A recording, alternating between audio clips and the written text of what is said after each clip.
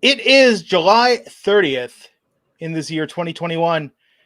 7 months, 7 complete months in 2021. Here we are talking about SmackDown on Fox. Friday night show, Minneapolis. The crowds are back. The build to SummerSlam is in full effect. Alfred, what'd you think of tonight's show? I thought it was a solid show, another nice hot show. There was one thing in a big title feud that I thought was just abysmal that I'm sure we're going to get into. I did not like that contract signing, but most of the show was really good. I love to see Sasha Banks back, and I just love what they did with the women tonight. Yeah, it was good. But first, before we dive into the show, there's some news. There's some things that happened in the world of professional wrestling this week in between Wednesday when you did AEW and tonight when we're doing SmackDown. Boy, is there ever a crazy couple of days in wrestling news.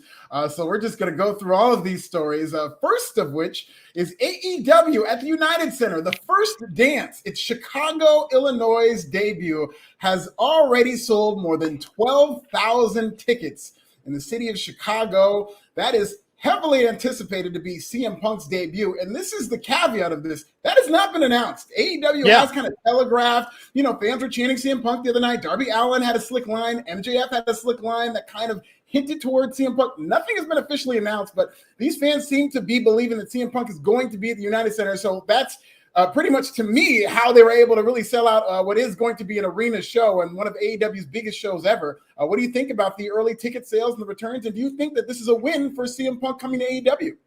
So on a pure level of schadenfreude, I would kind of like this to be the biggest disaster of fan booking ever that goes wrong, and you've just got an arena full of people that are just losing their shit. I mean, you have to admit, Chicago. you have to admit, okay, Chicago if you want to. I want CM Punk to debut. I think that'll be great, but kind of just in that morbid curiosity sort of thing. I'm kind of like to see what happened if he didn't, just to see how that went. Yeah. I mean, it would be a bloodbath. It might be. I don't want to say it's the death of AEW, but it would be a dark day in AEW. You thought that explosion was bad. Just there might be. You thought GCW was bad. You look at all the stuff that gets thrown in the ring, and CM Punk does not show up to that show. I mean, if he's not going to be there, they got to get ahead. They've got letting this go too far out of control. If he's not going to be there, like they really need to pump the brakes on this. I completely agree, Glenn. I tend to believe he will be, but if this was all some kind of miscommunication and people mistakenly took signals that he's going to be there. If he's not going to be there, they definitely need to come out and say something, whether it's a press release or whatnot. But I find it very hard to believe he's not. All signs point to the fact that he's going to be there. And I think this is a very good night in terms of Rampage, because this is going to be a Friday show. AEW from a week-to-week basis, yes, it's going to start hot. And I have I'm very excited and bullish on the first couple of weeks of Rampage. But this is a level of show it's going to need to be. They need to put their best foot forward. Absolutely. For the arena show. And I think with CM Punk, because for years, a CM Punk return, even 2 years ago, I remember being at All Out in Chicago and people were like, CM Punk going to happen tonight? Like people then, because he was at StarCast that weekend. I met him in the green room. Like he was there. He was hanging out. Like even then people were expecting that. And I think AEW got a pass because it was still new and All Out was a very fresh live show. We had Jericho winning the title that night. But if this doesn't happen, like, there is no, like, even Daniel Bryan's not a replacement. If Daniel Bryan shows up and CM Punk doesn't, like, short of maybe Brock Lesnar, I'm trying to think of something that the fans would find an acceptable surprise on that level. Yeah, and I'll tell you one thing, they'll never draw in the city of Chicago again, and they're planning to go back there for All Out, and Chicago has really been a good drawing territory for AEW. And the parallel that I can draw is, the Road Warriors one time were expected to win the tag team championships in Chicago back in the day. And when they lost in that home city, it killed the territory for Jim Crockett Promotions or NWA at the time. And they were never able to draw in Chicago. So that city does not play around in terms of, really a veiled promise of CM Punk. If that doesn't come true, they'll never draw another dime in Chicago again. Diehard fans, man. That would be like as crazy as doing a new Masters of the Universe series and like He-Man dies in the first episode. Like, yeah, exactly. Who would do such a thing? Or he doesn't even show up in the first episode. Yeah. Like, oh, you guys thought He-Man was going to be on Master of the Universe? Oh, no. Nobody said that. let's stick with AEW news because this is a fun story. From one legend to another in CM Punk to Chris Jericho and Nick Gage. A lot of talk about that match that had pizza cutters and light bulbs. It was a death match as advertised. I didn't get to come on here and talk about it on Wednesday, but I thought it was wild and every bit as wild as you would expect a Nick Gage match to be. Problem was it was national television. So there is a little bit of blowback. At one point with Nick Gage having a pizza cutter in his hand, a bloodied pizza cutter, they did air a commercial side by side for Domino's Pizza, and Domino's is none too pleased to really be directly associated with this violence. They issued a statement to Front Office Sports. Spokeswoman Jenny Foras-Petko said, "We share the concerns expressed about the incident and the content of this TV-14 rated program and are assessing our advertising presence on it going forward." In other words, Domino's is thinking about pulling their sponsorship from AEW after what was like a blood and guts type match. What did you think about this fallout? Do you think we're going to be seeing much more violence on AEW TV, Glenn? I mean, Domino's a company that famously advertised during wrestling that if you drop your pizza, we'll replace it, because apparently that's a big enough problem with wrestling fans. I mean, I don't think they're really paying that much attention. I think it's hilarious that this happened. Like, you couldn't have written this better. We were talking off the air about the Larry Sanders Show. Like, this would be a plot that you would write of something if you like wanted to unintentionally piss off a sponsor, right? I mean, It's just so well done. I mean, these things happen. What are the odds? But I mean, Domino should have a sense of humor about this. I mean, it is kind of like the Garden Weasel episode but that was Larry Sanders going on and making fun of the Garden Weasel. But I'll tell you this, as much as I did enjoy seeing this match, because I'm a guy who likes, all kinds of different types of wrestling, it was hard to watch. And I will say that in terms of national television, like nationally televised wrestling and televised wrestling, things like this are going to turn certain segments off. If you're trying to be mainstream, which, whether or not people realize that AEW is attempting to become a mainstream pro wrestling company, the level of WWE. That is the end game. That's why they're spending all this money on all this talent, is because at the end of the day, they want to be, whether it's 1A or even surpass WWE in terms of a mainstream professional wrestling company. And if that's the goal, yes, it's good to cater to wrestling fans and your core audience, but this, I think, might have gone too much in one direction, because Domino's represents money. And Domino's is not the only sponsor that I feel like if Domino's is felt compelled to go out and issue this statement, I'm sure other sponsors were looking at that, being associated with pro wrestling, like, wow, what is going on with this? Out of context, seeing all this blood and a pizza cutter and a guy cutting another 50-year-old man with a cutter and everybody's bleeding, that does to a sponsor who maybe not follow this product on a week-to-week basis is going to look a little strange. And I don't know if they're going to want to get in bed with a company like that, thinking that that's all AEW has to offer. Well, and you're right, it does alienate a portion of the fan base who you don't want to make your fan base uncomfortable, and it can happen. I always use the example of what happened with Netflix and American Vandal. Like, season 1, universally acclaimed. Season 2, in many ways, better than season 1. Most people watched the first episode. The crime was so gross, they were like, I can't hang with this. Yeah. And it was just like off a cliff. The viewing numbers, so you can't alienate your core audience when you do something that's really that uncomfortable. That does make people think twice about watching something. Absolutely. And also a quick shout out to Pabst Blue Ribbon. They retweeted an article that I had about this whole situation, and they've been really cool about kind of jumping on this moment. They wanted to replace Domino's as a sponsor. And they're one of those Twitter accounts. Wendy's is another one. I think Whataburger is another one that's run by somebody who's clearly a wrestling fan who knows the ins and outs of wrestling. And they have really capitalized on this, trying to get a sponsorship with AEW. So good for them, and good for the good people at PBR who now follow me on Twitter. So they know what's up. Oh, well, there you go. So at least some good came out of this, right? There's something very interesting about PBR. Have you noticed this? From a can, it tastes okay. At a bar, from a tap, PBR is like an exceptionally solid beer. Yeah, I agree. There's a place I went to UC Santa Barbara called OTT, and they used to sell $3 PBRs in mugs, actually. And I used to say the same thing, because in a can, it tastes pretty much like water with alcohol in it. But in a mug, when it's nice and cold, you got that draft going. PBR, shout us out and sponsor this podcast, PBR. I really think that you'd be very happy to sponsor our audience. Seriously, I will drink PBR at a bar any day of the week. Absolutely. But from a can, it's like that same problem with Budweiser. It just tastes the aluminum. And it's just kind of like, it's not good. Antoine Fair, $2. Alfred with the Luffy from One Piece hat. Yes, sir. I don't get the reference. Today. My hair's growing out a little bit. I still need to get it lined up, but I felt it was fedora weather, so I'm doing fedora today. I like it. There you go. Finn Abs 499 first versus Issa. I don't know where Issa is tonight. We were told she was gonna be able to make it, but do we think the CM Punk chance will hijack Raw on Monday since it's in Chicago? Yes, I do. You know what? I do not. Here's the thing about CM Punk chance, because this has become kind of a talking point in wrestling communities and circles in that, well, CM Punk chance return. I think we're still in this honeymoon period with WWE, and I don't expect the CM Punk chance to come back until WWE does something that pisses people off, where they're trying to send a message. Like CM Punk chance will be like the F this S chant. Like CM Punk chance happened when Seth Rollins, had that ref stoppage against The Fiend. I think if something like that happens, like what we got with Karrion Kross, I mean, it didn't piss off the mainstream Raw audience because they really didn't know who he was. But if WWE makes a booking decision that people find to be egregious, like if Big E cashes in and loses or something like that, then you're going to get the CM Punk chance. But I do not. Well, in Chicago, okay, yeah, because it's Chicago. And yes, because it's Chicago, yes. But only because it's Chicago. Even then, I wouldn't be surprised if we didn't get him. For a WWE crowd, I wouldn't be.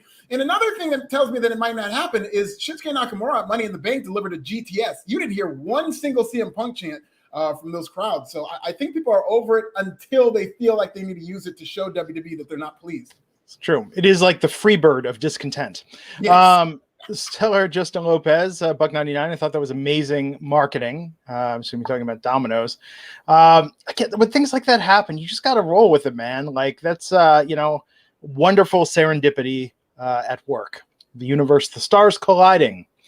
So what else is going on in the news? While we're talking about the AEW's partners and sponsors, let's talk about WWE's TV partners who are reportedly worried and not happy that CM Punk might be going to AEW.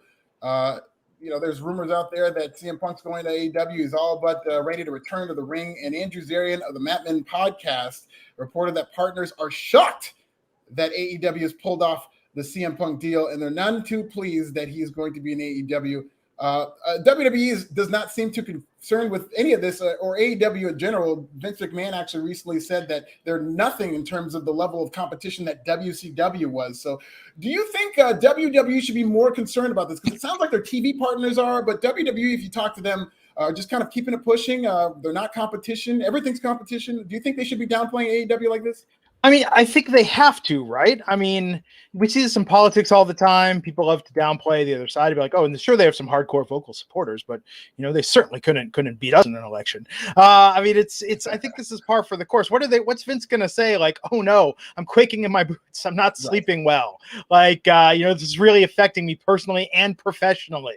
Like he's not gonna come out there and just be like, everybody sell your stock now because it's all downhill from here, Absolutely. And you got to keep a good poker face. I hope internally that they're not overlooking the competition just because pride cometh before the fall. You always got to, even the standpoint that they take that everything's competition, that does include AEW. So as long as they're acknowledging that they do present something of a threat, AEW is going to have a lot of momentum. They've got a lot of money behind it. And so they, at the very least, need to be aware that there is competition and they need to stay hungry.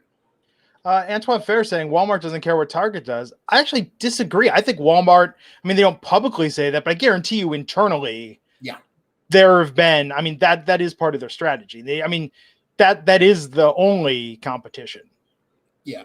Especially Walmart. If Target gets hot and has an idea. Here's an example. Popeye's chicken sandwich. Popeye's isn't even the second or third biggest fast food chain. Once they came out with the chicken sandwich and everybody wanted it and it smacked, everybody else took the chicken sandwich idea, which is a microcosm of what happens in the society. Something that Black people love gets popular, and then everybody copies it. That's what happened with Popeyes. Is they had chicken sandwich. Now McDonald's has a chicken sandwich. Burger King has a chicken sandwich. Everybody's got a chicken sandwich. So there is rock and roll, hip hop. Yeah, it's just long tradition. Absolutely. But here's another reason that maybe WWE shouldn't care too much, Glenn, is that Peacock's numbers came out. And it looks like Peacock had a very, very good quarter, very strong quarter. They've broken the 50 million subscriber mark. They had 42 million signups at the end of the first quarter this year. Some of that was attributed to Peacock signing a relationship with the WWE Network. And not only is Peacock thriving, this is synergy. WWE is thriving as well. Nick Khan in the Q2 earnings report reported that viewership for the pay-per-view was up 26% from last year for WrestleMania Backlash. It was up 25% for Money in the Bank, 46% for actually Money in the Bank. And so they're actually doing very well in terms of having more people and getting in front of more eyeballs. So it does seem like this Peacock WWE Network partnership is working for both parties. Yeah. It seems like it's going well. But again, though, like there's a disconnect, right? I mean, they're catering to every single audience except those that actually watch TV on Mondays, Tuesdays, and Fridays. Like they're winning the live events. So they're winning with social media. They're winning with Peacock. They're winning with all these deals, except the ratings keep going down lower, lower, and lower. Right, yeah, the televised ratings, and that is something. And in addition to the ratings, and now the ticket sales are back, and it's good to see that WWE is back selling out arenas. But that is more or less because people have been stuck in the house, so there's an excitement. Before WWE came back, they were struggling with ticket sales, and a lot of these key performance indicators were not doing well, from ticket sales to even WWE Network subscriptions to television viewership. So WWE hopefully is going to be able to gain this momentum, and hopefully they can stick with this momentum that they have behind them. But Raw ratings, SmackDown ratings have actually they've held up pretty nicely with this pandemic era now kind of being behind us. And WWE just needs to keep this momentum up and avoid those CM Punk chants and not have bad booking. But our final story, which I actually think is good booking, but it's a big controversy right now in terms of Adam Hangman Page will not be at the main event at All Out to challenge Kenny Omega for the AEW Championship. It looks like that's either going to be Christian Cage, maybe CM Punk, who knows. But Hangman Adam Page was very much expected to win this past week in his team with the Dark Order against the Elite and get that title shot. He did not win that match. A lot of people shocked. Do you think it's a right move to have Hangman Adam Page not challenge Kenny Omega for this cycle of pay-per-view? I mean, I don't know a lot, but based on what I know in the history of AEW, they invested a lot of money in him, and I feel like it is not working out the way they thought it was going to work out. If you go back to Double or Nothing and what Page was being set up to be the guy that was probably going to chase Jericho, right? Like that was going to be the chase for the championship. He had those TV good looks, someone everyone could get behind, and then it just didn't connect for whatever reason. And he had, his character reinvention. He's had all this going on. I mean, it's strange to me that here's a guy that had everything, but for whatever reason, like it just did not work with the audience. Now here he is, not in the main event. I wonder where he goes from here. Yeah, I actually love that comparison, Glenn, because it is night and day in terms of when AEW started. He was a challenger. Nobody knew who he was. Nobody knew what made him tick. They just knew he was a good wrestler. And there was a lot of frustration. Like, why the hell is this guy going against Chris Jericho? Nobody bought him.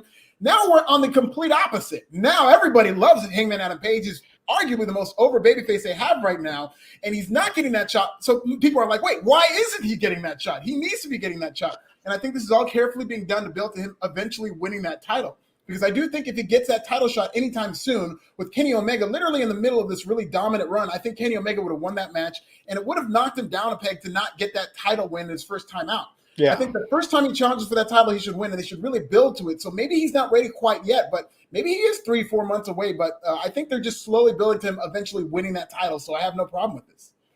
Yeah, I don't know. It'll be interesting to see what happens.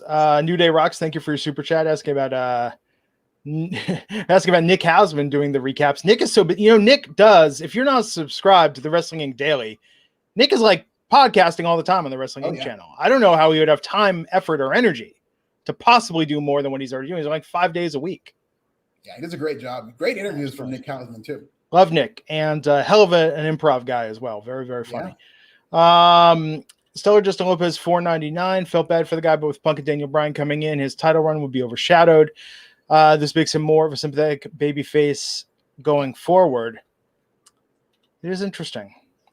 I think AEW knows exactly what they're doing with Hangman Adam Page. I don't think you should shed a tear for him because he is their top babyface, arguably, and I think they're planning for him to win that title. They just shouldn't wait too long to pull that trigger. There's going to be a gray area where they should pull the trigger, and if they wait too long, it's not going to feel as special. Alonzo was a good point, saying that 50 million subscribers has little to do with WWE. There's a ton of non-WWE content on Peacock. Most subscribers aren't watching WWE at all. Plus, they're getting that Comcast bounce. Like, if you're a Comcast subscriber, I think you get Peacock for free, with ads. Yeah, and it's not the story is not that WWE Network leased a $50 million. Obviously, the $50 million isn't coming solely from but it was publicly acknowledged by the Peacock executives when they were asked when they were making statements on their growth. WWE Network has something to do with that. The WWE fan base is a very loyal fan base. They will go over there to watch that. And then there are people who, like you said, get Peacock for free, maybe stumble on the WWE Network. But yeah, I would say a fraction of that $50 million has to do with WWE, but WWE certainly is somewhat of a difference maker in helping them build that momentum. I credit it all to the Saved by the Bell reboot. Yeah, I credit The Office because a lot of people were very furious that it left Netflix and actually canceled their Netflix subscription for Peacock because of it. I know quite a few people who have done that. I do like that they're doing the super cut episodes, but I got to recommend this. If you do some Googling, folks, I rewatched The Office 2 years ago, and a fan with a lot of time on his hands took all the extra scenes from the DVDs and made like super cut extended episodes for the entire series. So I rewatched it all that way. And it was fantastic to have every single deleted scene inserted back into the episodes. It was really, really good. Yeah. What Google. Character are you, Glenn? That's a good question. I think I'm probably a Michael Scott, at heart, but I think it is that trajectory, right? We all think we start as the Jim and we become the Michael Scott over time. I would say I'm a combination of Jim, Daryl, and Andy Bernard. And probably like 50% Andy Bernard and then the rest Jim and Daryl. Yeah. But when I watch, like The Office by far, one of the all-time greatest sitcoms. And Stellar Justin Lopez, $1.99, saying, let's be honest, Omega versus Punk or Daniel Bryan is money. And that's part of it too. But if these guys are on the Friday show, I could see if they have Paige separated. I mean, they can, they're going to probably have to have a second title or find a way to manage this or put one title on one show and the one on the other.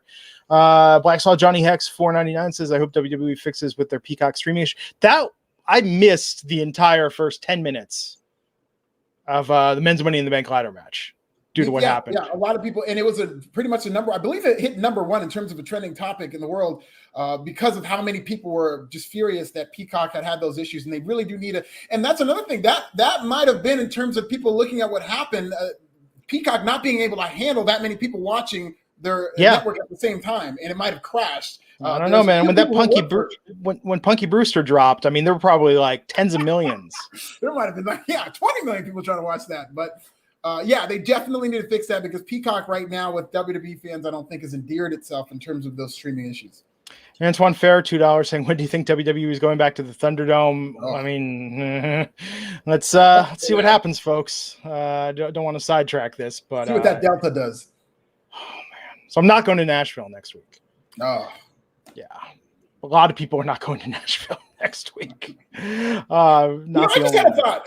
Yeah, I think AEW should have Hangman Adam Page win that title on Rampage. If they're gonna establish this as a show that you have to watch whenever they're ready for him to win that title, I think it should be on an episode of Rampage. Yeah, there are fierce discussions about the chicken sandwich, the spicy chicken sandwich. Okay, and let me be clear. I think people are getting the chicken sandwich confused with what Popeyes did. What Popeyes did is a completely different, where you heat it up in a bag and you make the chicken extra hot, and then you make the mayonnaise and pickles. The McDonald's Spicy McChicken is not that. It's just a chicken sandwich. They made one with the bag and the pickles, okay? That Popeyes model is what's being ripped off. Whether you want to admit it or not, it's the hottest sandwich in all of fast fooding. And now guess what they're doing? Now, this is Popeyes kind of stealing from McDonald's. Now they're going after the chicken nuggets. And when Popeyes comes out with those chicken nuggets, they might reinvent the game again. Veggie Grill, the all-vegan fast food chain, came out with a spicy chicken sandwich. Like no end. And let me tell you something, folks that haven't tried this yet, just you could do this at home. One of the best flavor combinations on earth is spicy, sweet, and something like very creamy and rich. Yes. So you take there's a sandwich place in California and Southern California, Ike's Place. If you've never even been to Ike's Place, go there, get the Going Home for Thanksgiving sandwich, which is turkey, which is cranberry sauce, and sriracha, which is like a fantastic mix. Put some of the Ike's creamy sauce on there, like beautiful combination. It's that same thing. It's like sweet pickles, hot sandwich, like a nice ranch or mayo. Oh, it's one of the absolute best flavor combinations. These condiments sound like what this podcast usually is. I'm spicy, Issa's sweet, and you're creamy and rich. And I mean rich. Like Glenn gets that bag, ladies and gentlemen. Oh man. How to follow up that. So this is the first time we've ever heard this one. This is not a food podcast. Get to the rest. Listen along to the one who's talking about food in the chat. This is this is a podcast about nostalgia, about movies, about non sequiturs, about music, and then we work wrestling around the other things we want to talk about. We're going to talk about Applebee's now, and then we'll get to wrestling. Yes. Oh, Baron Corbin probably regrets leaving that gig, bartending. So tonight, Minneapolis, Minnesota, John Cena comes out to the ring, huge pop, gives a rebuttal to Roman's promo last week. John Cena I can't remember the last time John Cena was this over with the crowd. Yeah, they love this thing. You could kind of hear the John Cena sucks things a little bit, and he kind of acknowledged it, but John Cena is a super babyface, and I like to see it. I mean, it's more of a tribute thing because he's back after being gone for so long, and it's one of those things where you know absence makes a heart go fonder. So when he was there every single week, people kind of got sick of him because he was, to bring the food analogy back, he was like the McDonald's of WWE, just this brand that you see all the time, and he's ubiquitous. But now that there's a novelty to him, people love him, and I love seeing it because he's so good as a babyface. And his rebuttal made some solid points tonight. Oh, his rebuttal was, listen, if we're scoring this, tonight John Cena 1, Roman Reigns 0. Like, his rebuttal was fantastic. It was really good. And then as if this couldn't get better, Baron Corbin came out to interrupt, trying to ask Cena to, get him a roll, give him a hookup, do something. We found out his credit's trashed, his identity's been stolen, and now not everything's working a little after his groin injury last week. Yeah, and he played up the heel. Like, Baron Corbin seemed like he was on the way to being a babyface between kind of partnering up with Kevin Owens, but now he's right back to being a heel. And I love this character. I love what he's doing with it, but I really do want to see it as a babyface. I think people eventually want to cheer him between how kind of creative this is, how committed he is to it, and it's a sympathetic figure. The guy's lost all his money. I really don't think he should be a heel and sour grapes about it, but this was a fun segment. I really liked it, but it looks like Baron Corbin, especially what happened later on in the night, is going to be a heel until further notice, which I think is a mistake. Yeah. Although it's interesting how it's connecting with the audience. Tonight people were not on his side. Cena was trying to kind of get them almost to cheer for him, but it wasn't working. I think with Corbin, it's just so ingrained. I don't know. They would really have to take this in new and interesting directions. Yeah, and especially standing next to John Cena, he was instantly positioned as a heel in the segment. He cut off John Cena and interrupted him, and these people knew, Pavlovian response to just oh, we got to boo this guy because he's coming after John Cena, who, as you mentioned, was a super babyface in this segment. So they got to just position him if they want to turn him babyface against the heels of this company, like a Dolph Ziggler. Why isn't he going after the Dirty Dogs? They stole his money. Why doesn't he have a beef with them? Yeah, it's really crazy. And hey, Baron Corbin tonight with the problems he's having, I think we got to hook him up with the sponsor of this episode, which is BlueChew.com. Guys, have you been hitting the nuts by a toy tank that fired a projectile and perhaps, made you feel a little less confident about your ability to perform? Are you having other life issues that are distracting you, perhaps, that are, not allowing you to focus on the things that matter? Y'all know what I'm talking about. Are you worrying about the competition up at night, just wondering what some billionaire is going to do to try and run your company into the ground and take away your livelihood? If you've got so much on your mind that you are not able to get down to business when it's time to get down to business, Blue Chew is for you. We all know that confidence can take you far in life, and it especially helps in the bedroom, especially when it's time to step up to the plate, and that's where Blue Chew comes in. Blue Chew is a unique online service that delivers the same active ingredients as Viagra and Cialis, but in chewable tablets and at a fraction of the cost. So hey, Baron Corbin, even you can afford this. You can take them anytime, day or night, so you can plan ahead or be ready whenever an opportunity arises. And the process is oh so simple. Sign up at BlueChew.com. Consult with one of their licensed medical providers, and once you're approved, you'll receive your prescription within days. So, Baron, just borrow somebody's computer, and you can make this happen. The best part, it's all done online, so there's no visit to the doctor's office, no awkward conversations, and no waiting in line at the pharmacy. And Blue Chew's tablets are made in the USA, so this is really the most patriotic thing you could do for your sex life. They're prepared and shipped direct to your door in a discreet package.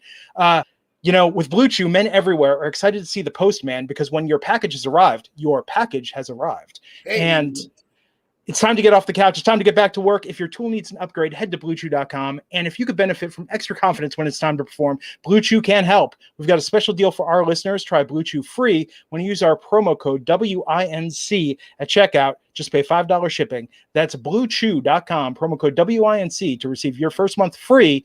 Visit BlueChew.com for more details and important safety information. And we thank Blue Chew for sponsoring the podcast. Going to hook Baron up with that. Going to send him a DM. Be like, hell yeah, man. And if I could just add on to that, John Cena had this great rebuttal to Roman Reigns where he said, if you can find a man who makes missionary position exciting for 20 years, you stay with that man forever. And let me tell you, Blue Chew will make missionary exciting for 20 years. 20 years, Glenn. 20 years. It's a good thing Issa's not here. This would go so much further derailed. No, Blue Chew's the best. Some good Twitter action tonight, everyone. Recommending that to Corbin. And oh, man. And hey, maybe if Domino's doesn't come back, maybe Blue Chew can get that AEW sponsorship slot. There you go. So after this opening segment, we had this video about the Mysterios and the Usos setting up Jimmy Uso versus Rey Mysterio. Dominic helping Rey get the win, doing what the Usos did at Money in the Bank, putting his feet on Rey's back to reinforce the pin. What did you think of this match, and how are you feeling about this feud now, Alfred? It's fine. This feud is kind of in a holding pattern, and now we're getting to that part where they're just kind of interchangeable in terms of we'll have this guy face this tag team partner. I don't know where they're going with this. I don't see the Mysterios getting the title back, so I think maybe they should just move on to something else. But this is one of those matches that is starting to run its course for me in terms of Mysterios and Usos. I feel like they've been going at this for quite some time now. Yeah, they really, especially for SummerSlam. I mean, I don't know. I guess the Street Profits aren't both cleared, but the thought of the Mysterios against the Usos, yeah, that seems like a pre-show match.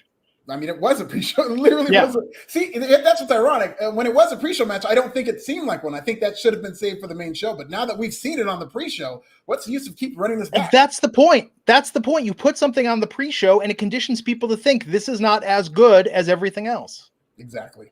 It is true. It is true.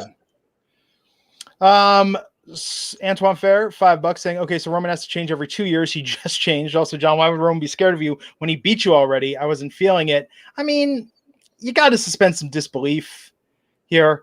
Oh, you know what's interesting, though? Tonight, plug Suicide Squad, no mention of Fast 9, which hit streaming this week. Yeah. I mean, you mean on WWE TV? Yeah. It was interesting that they would mention Suicide Squad tonight. He's mentioned it a few times. Yeah. Like maybe we've seen one at a time. I mean, you can only promote so many things, but yeah, that would have been a nice plug and worthwhile to do that. Well, and here's in response to Antoine Fair, I actually loved that rebuttal by John Cena. I think that was a very good point in terms of saying that maybe it's not every 2 years, but that's a very valid point. And I don't know if people didn't care about Roman Reigns. They definitely care. They just didn't take to him the way that WWE thought they would, and that they had to change Roman Reigns for him to truly connect with his fans in terms of connect as a heel the way they wanted. And the John Cena, I come back with the stuff that I did last time, but that's really what every wrestler does. This is a nostalgic crowd, and this is a crowd that when Stone Cold Steve Austin comes back, he cracks a beer, hits a stunner. The Rock does an eyebrow. Like every wrestler comes back and does what they did, and they kind of adapt it to current times. But yes, they're going to do what got them over. Chris Jericho is really the only guy who constantly reinvents himself, and now he's getting his head sliced with a pizza cutter. So, like, that reinvention stuff's a little overrated. And you know what he's doing next week, ladies and gentlemen? Mr. Reinvention is facing Juventud Guerrero, just like in 1997. So, what's old is always new again in professional wrestling. So, I think John Cena did a good job disarming Roman Reigns with that promo. Here's the crazier thing. I'm thinking now about this Fast 9 lack of promo. Fast 9, Universal Picture. Universal owns USA Network, where Monday Night Raw is. Suicide Squad, WB, which owns TNT, and the Turner Networks that deal with AEW. Very strange that Cena would be promoting that so heavily and not Fast 9. Did you watch Fast 9 yet? I have not seen it. I've heard that if you suspend your disbelief, they go to space now. Is that what happens in this movie? They do. I watched it last night. I have to say I was a little disappointed. I'm a pretty big mark for the Fast and the Furious series. Yeah. This one was kind of boring. Also, they make no attempt to explain how John Cena and Vin Diesel are brothers. I could suspend disbelief. They know everything like, oh, he's adopted or we have a different mom. They do not look alike at all. Oh, we're supposed to believe they're biological brothers? They are and which is weird too, because I don't want to spoil it, but they open with like a flashback and Michael Rooker has a bit part in it. And I was like, Michael Rooker's character, I thought he was going to be revealed that he was John Cena's character's father. Right. And no, that did not happen. That would have made a ton more sense, especially because in the flashback, Michael Rooker's character looks a lot like John Cena. It was very weird. It was all very weird. You know, I'm a Tokyo Drift apologist. I actually really like that one. It's the only one I haven't seen. We're going to watch it either tonight or tomorrow. Watch it. I think, lower your expectations, but I think you'll be pleasantly surprised. I mean, I've seen almost all of them too. I love Han. Han's one of my favorite characters, but the Tokyo Drift crew is in Fast 9. Oh, okay. Yeah, they are a decent sized part of the movie. But yeah, it's just kind of dull, which is the weirdest thing to say. I mean, I never thought I would say that about Fast and the Furious film, that it was like just kind of there. Mr. 412, $5, Burger King bought Popeye's chicken a few years ago. Is that true? Oh, actually, I think I did hear that. That makes sense. Well, you know, like there's like Yum Brands, which is Taco Bell, Pizza Hut, KFC. That's why you get the Kentucky Huts where they're all together. The Hardee's and Carl's Jr.'s are one and the same. Yeah. Brett W. Richardson, $4.99. How sweet was that backstabber? Backstabber absolutely loved it. Alfred, nice hat, brother. Glenn, clean shaven, looking good kid. So the first thing they want is I'm not going to Nashville. Like I'm just getting rid of my hair. It's going to be so nice. Great, man. I loved everything about that super chat except the Vikings logo. Go Pack Go. Vikings are Minnesota. Yes, Minnesota, where they were tonight, the Target Center. Yes. I'm not spoiling Fast 9. I've hardly spoiled anything for you. And by the way, the trailer said that they're brothers. Like it's all over the trailers. Yeah. It's the entire hook of the movie. Antoine Fair. And the trailer spoiled another big thing that I would have popped for so huge had it been a surprise, and they spoiled that. But I'm not going to repeat that spoiler. Antoine Fair, $5. Yeah, but he said he changes every 2 years. That part makes no sense. You can't spend disbelief. Hello, it's a match we saw laughing my ass off. It was on WWE YouTube. Yes. The 2 years was a bit of a stretch, but you got to stretch sometimes. Listen, we always suspend our disbelief. We're going to get into suspending disbelief in this next couple of segments, I think. Alonzo saying Glenn looks like cross between Sami Zayn and Kevin Owens. Oh man! With bars. 5 years ago, when I started this podcast, it was Glenn looks like a fat Finn Balor. So this is where the trajectory of my life is on. Bender Rodriguez, shout out to the Enchilito. Enchilito is pretty bomb. If you go to a Kentucky Hut, ask them to add some mashed potatoes from KFC to your bean burrito at Taco Bell. That's like next level. Very good. Sounds like there's this rapper named Saweetie, and she eats all these wild concoctions, and now McDonald's is going to have a fast food meal after her. This is a lot of McDonald's references on this show. Dude, I am all about the secret menu, like especially like with the restaurants I love, because I get bored easily. I like little things to change it up. That's why I'm a hot sauce guy, because I watch Hot Ones. I just order stuff like crazy, and that way it's like just a little something to make it different every time. You forget the Del Taco hot sauce, like the hottest one, like the one in the black packet? The Fuego? Scorcho is my jam, but Scorcho used to be the hottest, and then they went with Fuego after that. I like the Fuego. Yeah, Scorcho, though, I think, I swear it's that. Man, I missed Del Taco. You're getting hungry. Yeah, Del Taco, some good stuff. So back after Rey Mysterio won that match, we had Bianca in the ring. We had Carmella come out, we had Zelina come out, and then we had surprise return Sasha Banks hugging Bianca. This setting up because she was there to make the save after Vega and Carmella were attacking Bianca. So this was setting up a tag match for later in the night. So how'd you feel about Sasha's return? I mean, the crowd seemed super into this. I loved it. I wish it wasn't spoiled for me. You kind of saw it happening when it was getting set up.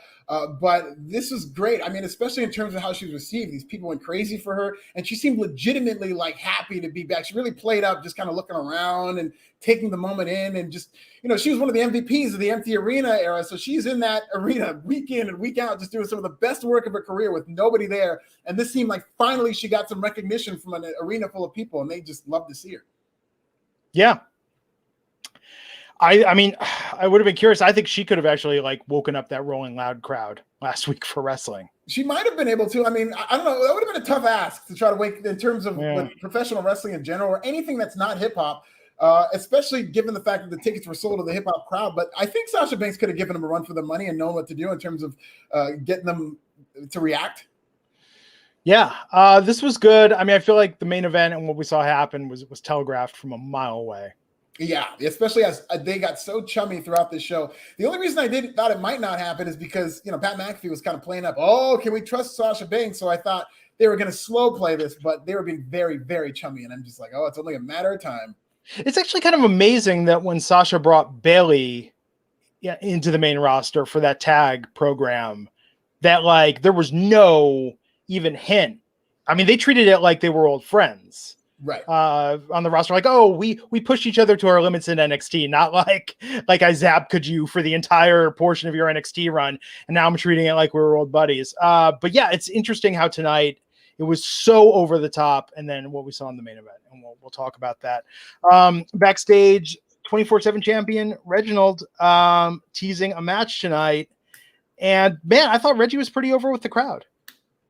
He's very fun to watch. I think I think they really need to do something else with that theme music because it's just this generic funk music. But he's so fun in terms of how he's perfect for that 24/7 division because he'll like flip away from people and he'll flip around people to try to get away from them. He was a little nervous for this promo, but he's a very charming guy in terms of how he talks. So I think he's going to, once he gets comfortable on the mic, he's really going to endear himself. But I did not know the 24/7 title was a traveling title. Has it always been a thing? I thought it was just a Raw exclusive, but it's been a while since I've seen it defended on SmackDown. I feel like when SmackDown first came to Fox, I want to say there was something, but yeah, who knows? Who knows? Yeah, I think Roman Reigns and I think actually Elias when he had it did a SmackDown match, but yeah, this is what it was, and I think Reggie's a lot of fun with that 24/7 title. So Otis and Gable came out tonight to answer the call and ended up attacking him. I'm not even sure who was supposed to be in the match.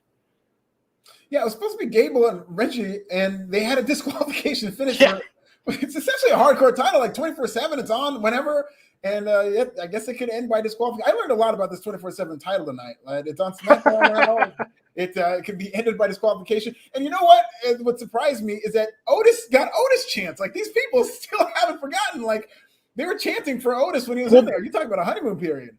This is Otis country. I mean, he's from Wisconsin, so Minnesota is basically. Fan. You know, yeah, I guess the Midwest, yeah, but it was what it was. I like Reginald more than what they're doing with Gable and Otis at this point.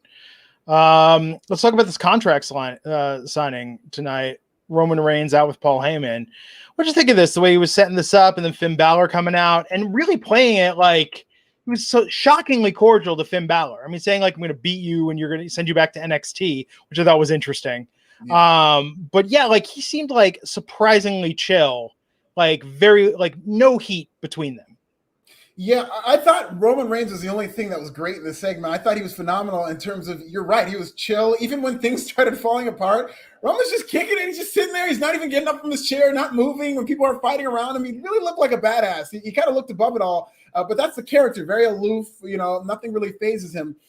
So I thought Roman was really good. And he was kind of like big brothering Finn Balor. This is kind of the promo I would expect him to cut on to Finn Balor. Knowing that John Cena's waiting in the wings, he's like, yeah, you're a nice little challenger kid, but I'm going to show you what's up. I'm going to smash you. Like, you know, this is a character. He's very arrogant and he thinks that he's omnipotent. But, you know, not a fan of what ended up happening in the segment. Yeah. So Baron Corbin came out setting up this idea that like, well, if I sign the contract, I'm in the match, which this is new. This is a new one. I haven't heard of this before. Okay. Yeah, it's like Mad Libs. You can just write in your own info and it's binding. Get a notary there. So Baron came out, but then John Cena came out. John Cena takes the contract, signs it, big letter Cena with and then his signature, just in case we didn't know. He wrote his name, was like, I better sign this as well. Yeah, so Pierce and Sonya said, nope, this is official. This is good. Paul tried to challenge it, but no, it's going to be Roman versus Cena at SummerSlam. This is a weird way to get there. To say the least, it's a weird way. This is the #1 title in your entire company. And you're telling me that it operates by the same rules as a 24/7 championship? And I mean, this made so many people look bad in terms of this segment. Like, okay, so if those are the rules and anybody can sign it, where's everybody else? There's like two guys that want to be champion. Where's everybody else trying to sign their name on the paper? You've now established this rule to where the next time they do a contract signing, because you know there's going to be a next time, I want to see that entire locker room pour out and try to sign that contract because you've already established that if you sign your name on the contract, you become the #1 contender. So I just think this segment made management look bad because they're just sitting there letting this happened, and the commentators are saying, why is this legal? Why are they doing this? This made Cena look like a heel for taking a young up-and-comer spot and signing after just being away for years and now coming back and just signing his name into a title shot. This made Balor look like an idiot. Like, he's supposed to be this babyface who's really hot and challenging, and maybe not an idiot, but he now can't even sign a contract to fight for a title. The locker room looked lazy for not coming out, and this title looks like a joke now that you could just sign your name on a contract, and that's how you get a title shot for your most important title. So I thought all of this just went wrong. I did not like this segment at all. And look, they needed to really, I'm curious where they go with the story in this. The story needs to be really good. Baron attacking Finn and tossing him was great. Baron and Finn, I saw them at a few NXT live events have matches. Like, these guys are really good together. This could be a really good match, which could happen next Friday on SmackDown. If they're going to keep that feud going, they really need a good story. But this is where they need someone like an LA Knight. They need, like, Finn's not a big money character. It doesn't really work with Corbin's gimmick. Like, unless this is a one-off, but this is a story going into SummerSlam, they really need to find a way to coalesce, like, Corbin's trajectory with this.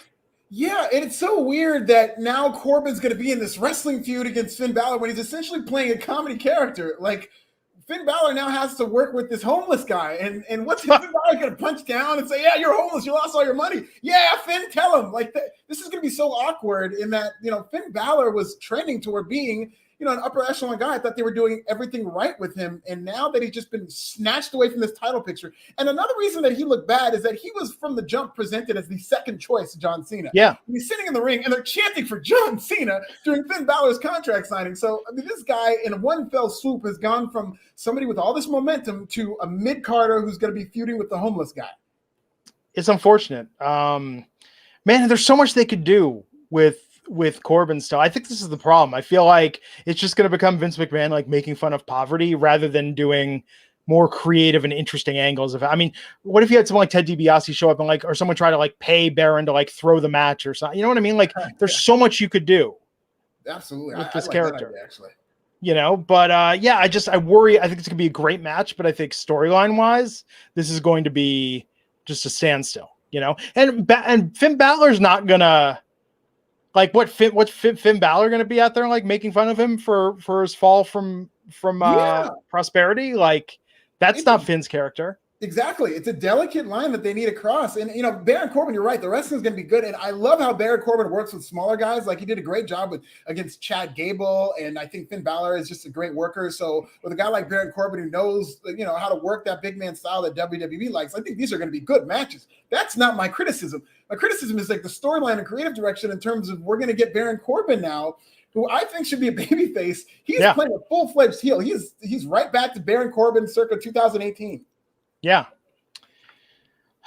Man, Jose Torres 499 saying XWWE needs to stay away from AEW because it'll take the attention away from the AEW originals.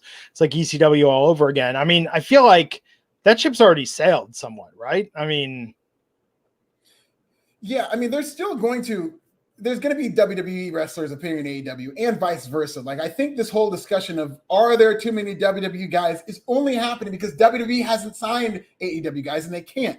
But we're going to get to a point where we normalize this, and they're just going to go back and forth. And this is good. One of the reasons I support AEW being a wrestling company and thriving is because it's going to open the market for a lot of these wrestlers, and the ceiling to make money is going to go up. So people should not be complaining that WWE guys now get to go to AEW. This is always part of the game in terms of when wrestling is at its hottest. You have multiple companies where people could be millionaires. Plus, the guys that they're signing, like, I'm trying to think of a delicate way to put this, and maybe it's just that, everyone seemed older in the past, but, like, with TNA and Impact, it seemed like they were signing a lot of guys who just, like, there was a reason why they weren't in the WWE ring anymore. Like, they were at, a later portion of their career, like, but they were given a lot of time and taking a lot of attention away, but they weren't able to really go and do the type of matches that, like, AJ Styles and Samoa Joe and other more homegrown talents were able to deliver. I don't know. I think AEW is doing it better than that because it's not like they're bringing in Ric Flair. It's not like they're saying, that some of these guys that shouldn't be in the ring should be doing matches. I mean, even with Sting, I think from what I understand, they're walking a very careful line with that to not expose his age or the shortcomings for where he's at in his career. Yeah, and that's the key, and that's something that I agree that AEW has been doing a good job of. Is they are very clear about not having the ex-WWE guys, or at least somebody branded as an ex-WWE guy, come in and overrun the territory. Sting is very, very decidedly a background player to Darby Allin. Darby Allin, and that's how you know that he's a big old star, is he can stand next to one of the greatest wrestlers of all time, one of the biggest stars in wrestling history, and Sting does seem like he's the B to Darby's alpha, you know, and it's really, they're doing a good job of using Sting to get the rub and not overshadow Darby. Yeah. Stellar Justin Lopez, $4.99, saying HBK did that no 4 and it was dumb. They turned that to a 3-way WrestleMania Triple X. Finn better be furious next Friday and demand to be put in that match. That's true. Like, Finn already seems chill about this. I mean, if he beats Corbin, he better cut a promo after.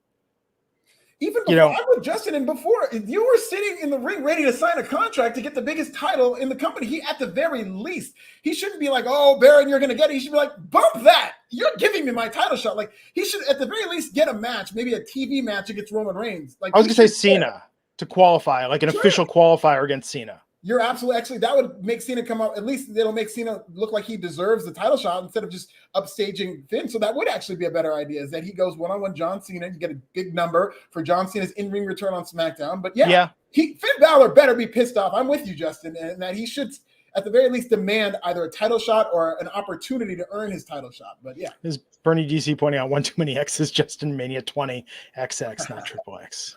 Yeah, Triple X was Daniel Bryan winning that title. Yes. And why wasn't Vin Diesel at Mania Triple X? Oh, well, maybe we'll get Vin Diesel versus The Rock at Mania 38. XXXVIII. Yes. So this is where the night lost momentum for me, when we had Cesaro, Big E, and Shinsuke versus Robert Roode, Dolph Ziggler, and Apollo. All of these guys are talented. This just feels like that these guys are like a traveling road company, like performing, you know, like Shakespeare at this point. Like, it's kind of like when's the last time you saw these guys not together in some configuration? Yeah, that's a good point. They're like a mini circus where they're all just kind of tied to each other. Yeah.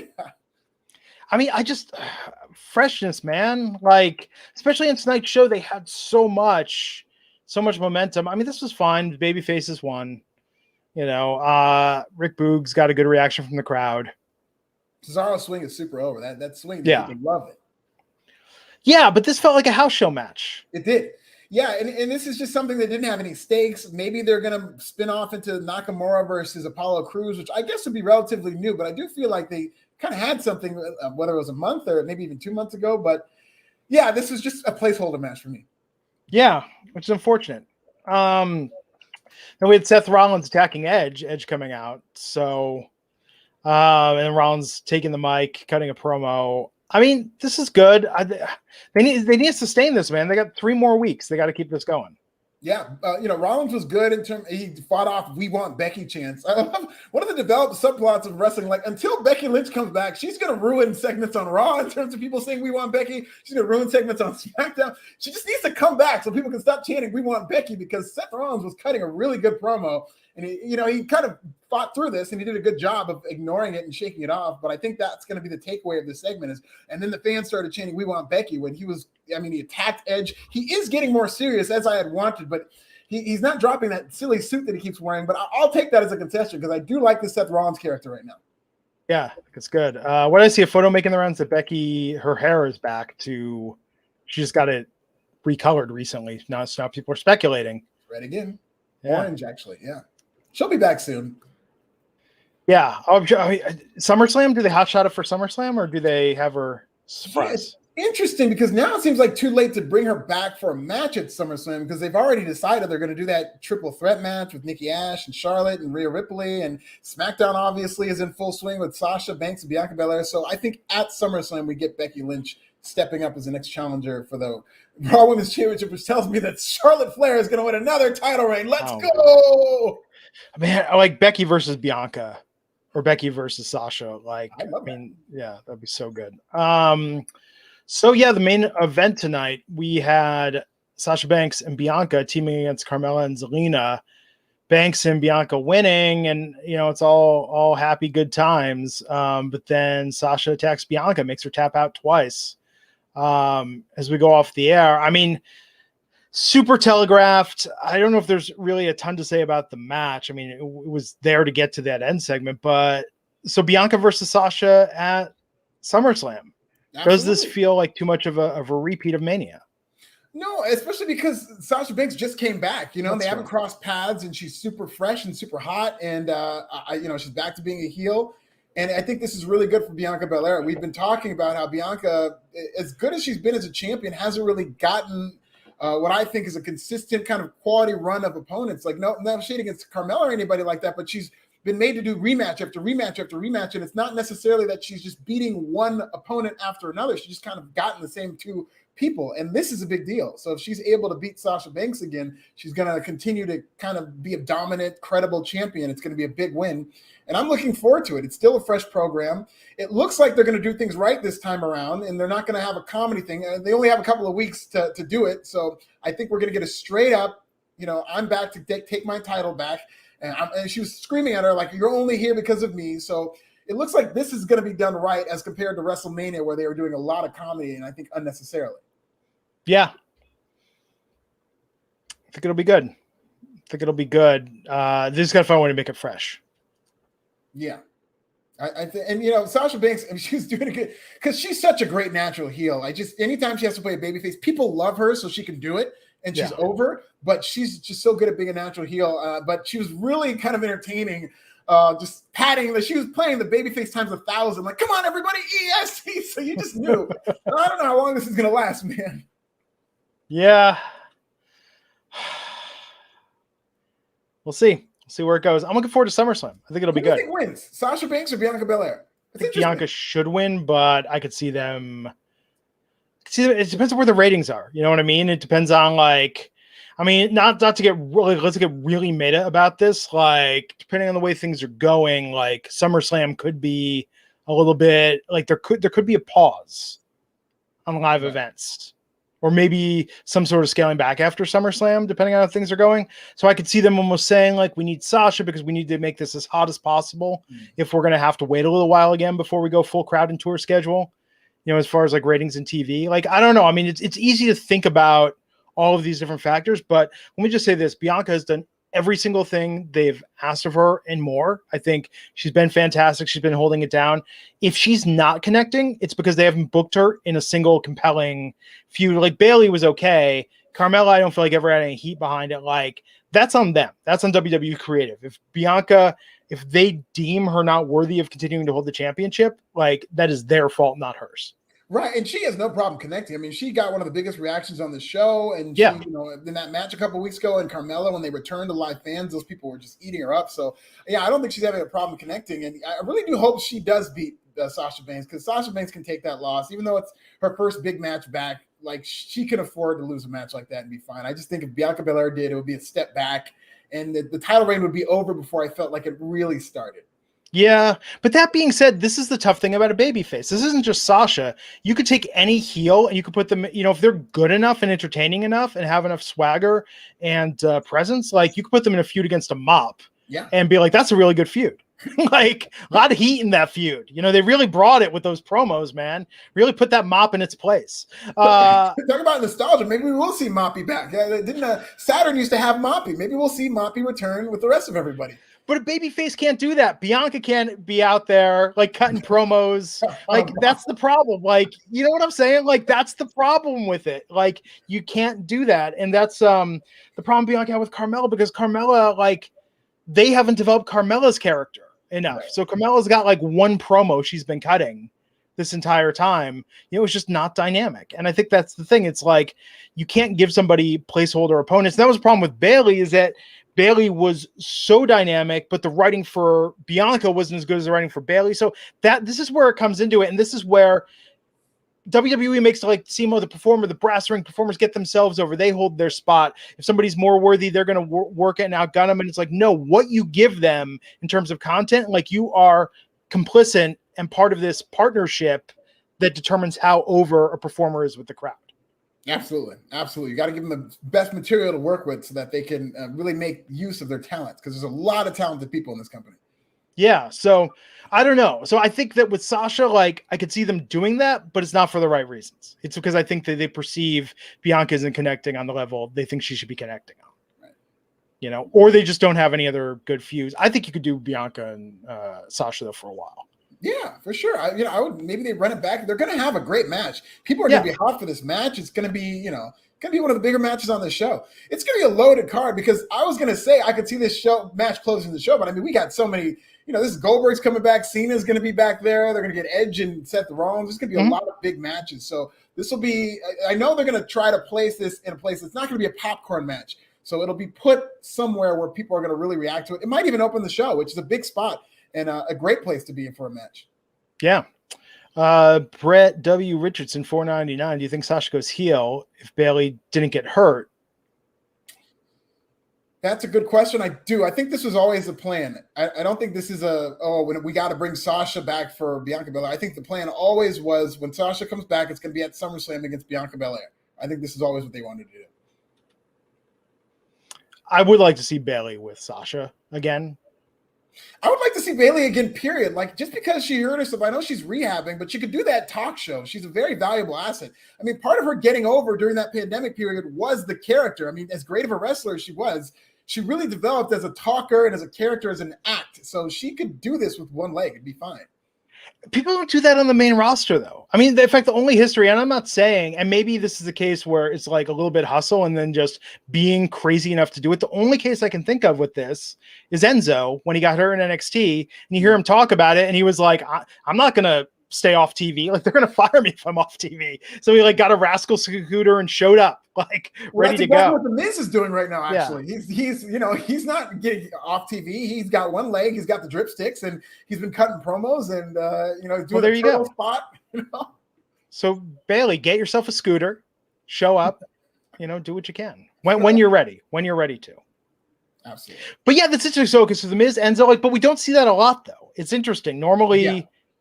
People just go away and they almost let creative forget about them, which is very unfortunate. Take him off TV and you're not going to see him for a while. But, Miz is one of those rare breeds. All he wants to do is work and, be on TV. But yeah, you typically they'll just get taken off TV. But you also have to think with the schedule and with everything, like time off from WWE. Like, let's just, put ourselves in the shoes of your average superstar. That's all got to sound maybe not like the worst thing. Right. Yeah, especially not only for your body to heal, but wrestling fans, you saw tonight with Sasha Banks, when you come back, you're over. Out of sight, out of mind. Wrestling is 365 days, 24/7. So seeing the same people over and over, your reactions are going to peter out or they're going to settle to a certain level. But when you come back, you're going to be a fresh coat of paint and they're going to love to see you. Yeah. So there you have it. That was SmackDown tonight. 3 weeks till SummerSlam, right? Yes, 3 weeks. 3 weeks from Sunday. Shaping up to be a really good show. I'm actually very excited. I'll be there, and I'm very much looking forward to being in Vegas for SummerSlam. And 3 weeks from tonight, AEW Rampage starts, right? August 20th. Oh, no, August 13th. Yes. 13th? I thought it was the 20th. I believe 13th? Yeah, 20th is going to be the second show, I believe, but it's coming up in the next couple of weeks. They're really gearing up for AEW Rampage. I think, at least for this first couple of months, again, this needs to be on the same level of Dynamite. They're going to really need every single week to compete for attention, because Friday night for the younger demographic that AEW has is going to be tough to maintain like a strong audience. But I think they're going to absolutely do it this first couple of months. I'm curious about this. Oh, is Rampage only going to be an hour-long show? Oh, that's a good question. I'm not sure. I think it's 2 hours, though. Oh, what will that mean for this podcast? Yeah, I know this podcast is planning on covering Rampage. So we'll see. I can tell you that. But every Friday at 10 Eastern, I don't know what the time. I'm pretty sure it's 2 hours. But no, it's an hour. Chat. If anybody in the chat knows, is it an hour? Saying it's an hour. Oh, the chat saying it's an hour. I'm in for the first few. We'll see how this goes. But do the SmackDown fans want that? It is an hour. Yes. Do our smackheads here on the Wrestling Inc. podcast want us to cover AEW Rampage on the same show as SmackDown? Yeah, I don't know if it's going to be the same show. I really don't know how it's going to. I don't know what the production is going to be for this, but I know there is a plan to cover Rampage in some capacity. I just don't know if it's going to be on the same podcast as SmackDown or if there's going to be a separate component for Rampage. But listen, it's Rampage. We can't not cover, especially if CM Punk shows up on Rampage. You can't not cover that. True. I don't know. I might just go full Paramount Back to the Future Legally Blonde again. Yeah. I miss those little troll jobs. Oh, I'm just going to recap Clifford. I'll reenact Clifford in its entirety. I basically watched the second time. I've gone on YouTube after watching the Tuesday. I gotta say this again. If you've not seen 1994's Clifford, this movie escaped me. I had a misconception of what it was about. This movie is nuts and is seriously one of the funniest movies I've ever seen. Seeing it this weekend. Yes, because it's just bizarre. Martin Short, at 40 years old, plays a 10-year-old boy against Charles Grodin, his uncle, and he plays it like, they don't try and explain it. It's not like the movie Jack, where I was about to mention the movie Jack. I love that movie. Really? I did like Jack when I was a kid, and I haven't seen it in a while, but I absolutely loved the movie Jack. It also features He Who Should Not Be Named. Yeah, I was going to say, like, parts of Jack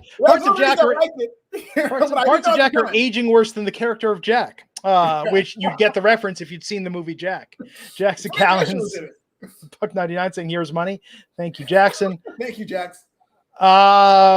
Cool. Okay, well, have a great weekend, everyone. I will see you back here on Tuesday for NXT coverage. Issa will be back with us on Tuesday, and have a great weekend. Until then, he's at This Is Nasty. I'm Matt Glenn Rubenstein. Take care, everyone.